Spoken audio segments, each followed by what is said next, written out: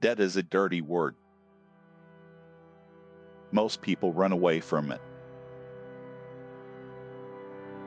They see it as a heavy chain. It represents interest payments and stress.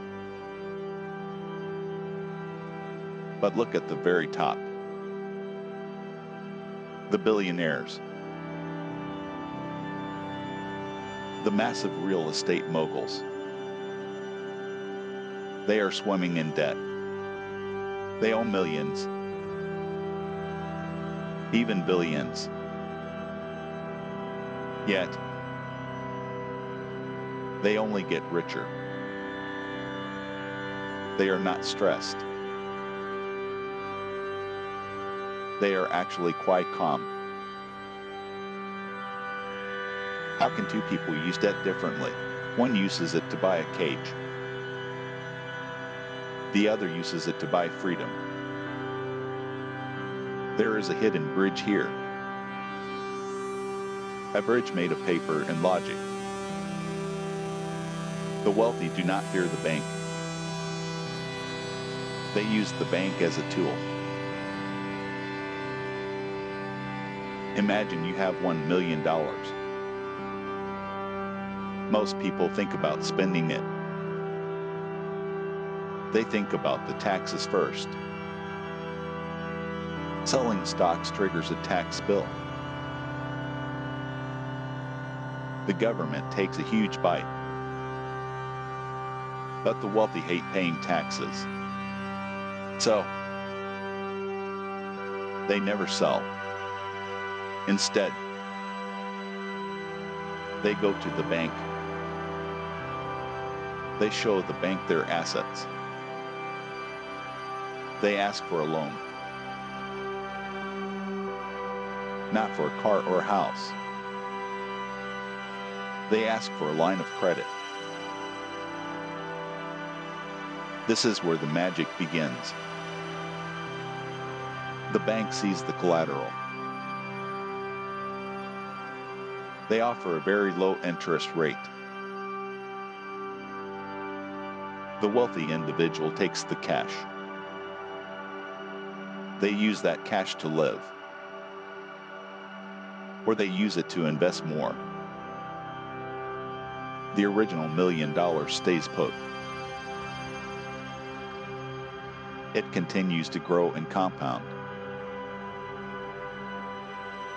The debt is the engine. The assets are the fuel. Let us look at two investors.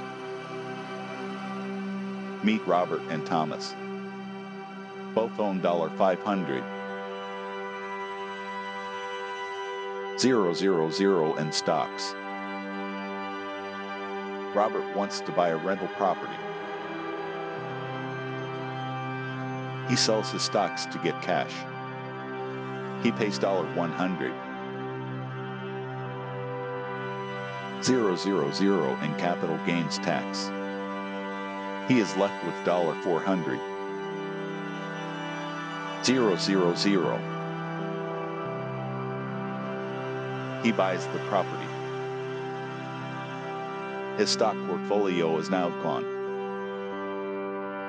He stopped his compounding forever. Now look at Thomas. Thomas does not sell his stocks. He goes to a private bank. He takes a loan against his stocks. He gets $300. 000 at 4% interest. The stocks stay in his account. They grow at 8% per year. Thomas buys the same rental property. The property pays him rent. The rent covers the loan interest. Thomas still has his stocks. He also has a new property. He has doubled his wealth using debt. He paid $0 in taxes. This is the buy, borrow, die strategy. It sounds like a dark secret, but it is a standard play. It is perfectly legal. It is the ultimate financial hack. Most people borrow for consumption. They borrow for things that rot. Televisions, fast cars, expensive clothes. The wealthy borrow for production. They borrow to acquire more assets. Debt is like fire. In the wrong hands, it burns. In the right hands, it cooks. It powers the entire modern world. Why does the bank allow this? Because the bank wants your assets. They know the assets are safe. They want the interest, however small. It is a partnership of giants. The middle class is left out. Or are they? The strategy works at smaller scales. It works with home equity. It works with margin accounts. But most are too afraid to try. They have been told debt is evil. They have been told to save cash. Cash is the slowest path to wealth. Cash loses value every single day. Inflation eats it like a termite. Assets grow faster than inflation. Debt stays fixed in the past. Imagine borrowing $10. 000 today. In 10 years, that $10 000 is worth less. The burden of the debt shrinks, but the asset bought grows larger. The wealthy play with the clock. They use time to erode their debt. They use time to expand their wealth. It is a game of percentages. If your assets grow at 10% and your debt costs 5%, you are winning by 5% on money that is not yours. That is called leverage. Leverage is a dangerous physical force. In a crash, it can crush you. If the stocks drop, the bank calls. They want their money back immediately.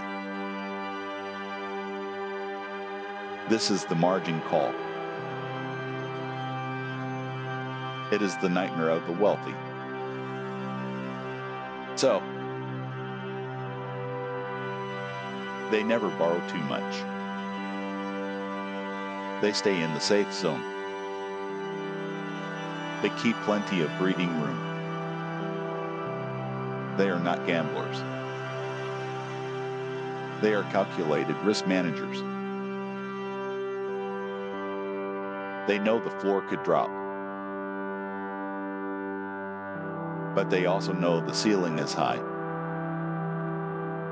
Most people only see the floor.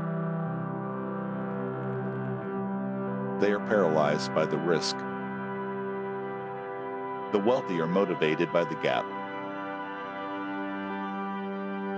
The gap between cost and return.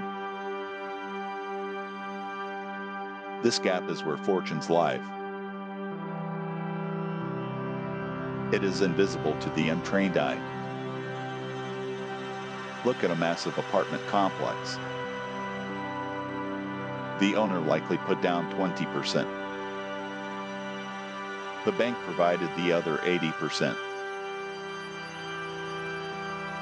The tenants pay the bank. The owner keeps the remaining profit. The owner gets all the appreciation. The owner gets all the tax breaks. The bank gets a steady, boring check. Who is the real winner? The one who used the debt. The one who took the position. But this requires deep discipline. It requires understanding the math. The math is simple but counterintuitive. We are taught that zero debt equals peace. The wealthy know that smart debt equals power. Power to move faster. Power to acquire more. Power to stay liquid. Liquidity is the ultimate safety net. When you sell, you are dry. When you borrow, you are wet. You keep your options open. You keep your capital working. The system is designed for this. The tax code encourages it. Interest on business debt is deductible. Wages are taxed, but loans are not. A loan is not income. Therefore, a loan is tax-free. Think about that deeply. You can spend millions without tax, as long as it is borrowed, and as long as your assets grow. It is a loop of infinite wealth. It is how dynasties are built. They pass the assets to children. The children get a step up in basis. The old debt is settled. The cycle starts over again. The wealth never leaves the family. The government never gets the big check. This is the structure of the elite. It is not a conspiracy. It is just the rules of the game. Most people are playing checkers. The wealthy are playing high-stakes chess. They understand the pieces better. The most important piece is debt. Not as a burden, but as a bridge to the future. You can start small. You can study the mechanics. You can look at your own home. Is the equity sitting idle? Is it a dead asset? Or could it be a seed for a new stream of income? A seed for a bigger future. The risk is always there. The risk of being wrong. The risk of being greedy. But the greatest risk is doing nothing. The risk of staying where you are, while the world moves ahead, while the currency melts away. Wealthy people do not work for money. They make money work for them. And they make that work even harder. It is a shift in mindset. From how do I pay this off, to how do I use this? The first question leads to a finish line. The second question leads to a horizon. The horizon is where true wealth lies. It is vast and endless. It is waiting for those who learn. Learn the language of the bank. Learn the rhythm of the market. Understand the power of the paper. Stop being a servant to debt. Start being its master. The chains can become wings if you know how to fold them. The system is open to you. The rules are there to read. The only thing missing is you. Your move.